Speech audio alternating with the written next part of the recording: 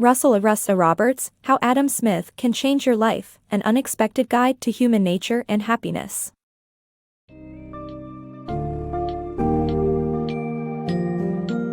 Welcome to the insightful world of How Adam Smith Can Change Your Life by Russ Roberts. This book summary offers you a deep understanding of human nature, its inherent selfishness, and the true path to happiness. As you explore the teachings of the philosopher Adam Smith, you'll discover the notion of a self-love and its limitations, along with the critical role of our conscience in shaping our behavior. You will also learn how our desire to be respected, honorable, and worthy of praise is connected to happiness, and how to avoid false praise and self-deception. Prepare to engage in an enlightening journey that reveals the importance of wisdom and virtue in our personal life and its potential impact on society.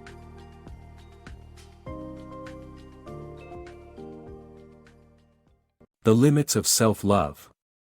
The human tendency towards self-love means that we place our own interests above everything else. However, philosopher Adam Smith argued that this inherent selfishness has limits. Our conscience functions like an internal observer, guiding us towards honorable behavior and discouraging immoral actions. By paying attention to this spectator, we can purposefully improve our behavior. For example, by listening to feedback and tapping into this internal observer, the author of the podcast was able to change his attitude and improve his show. The secret to true happiness. According to Adam Smith, the key to happiness lies in earning respect rather than seeking praise. Being praised may make us feel good temporarily, but it won't bring true happiness unless we feel we've earned it. This is why earning respect through hard work and ethics is crucial to happiness. In many cases, people attract false praise from those looking to please them, and this can't bring true happiness. To be happy, we need to reject false praise and focus on earning respect. The dangers of self-deception. Adam Smith argues that self-deception is a common mental process that people use to justify their behavior as acceptable. This process is backed up by the scientific phenomenon called confirmation bias, where people emphasize evidence that supports their beliefs while ignoring evidence that negates them. This summary illustrates how self-deception can affect our daily lives and ultimately sabotage our happiness. The pursuit of happiness. Many people believe that wealth and fame are the keys to happiness. However, Adam Smith argues that chasing these things won't actually make us happy. Instead, we should aim to be wise and virtuous, acting in ways that others find appropriate and acceptable. By doing this, we'll earn respect, which will actually make us happier than the pursuit of wealth and fame. Being wise and virtuous means acting with propriety, in other words, doing what's appropriate in a given situation. This requires us to be attentive to the needs and expectations of others, so that we can act in ways that build trust and respect. In the end, happiness comes not from status but from being worthy of praise and respect. Virtue and societal change. Virtuous action can lead to positive societal change and improve company culture.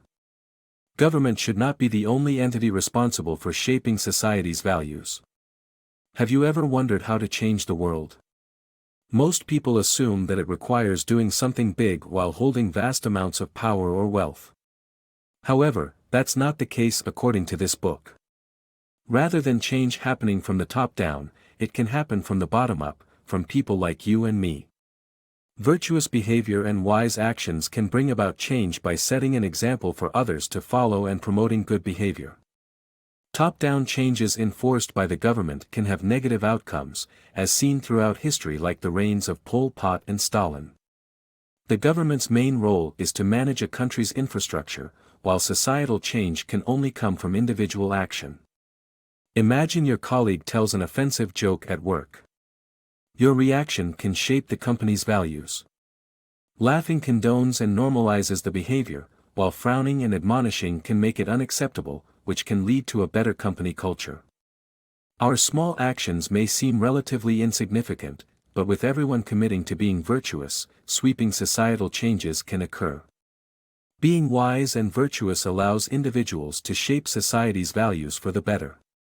It's not just about improving personal relationships, it's about making the world a better place.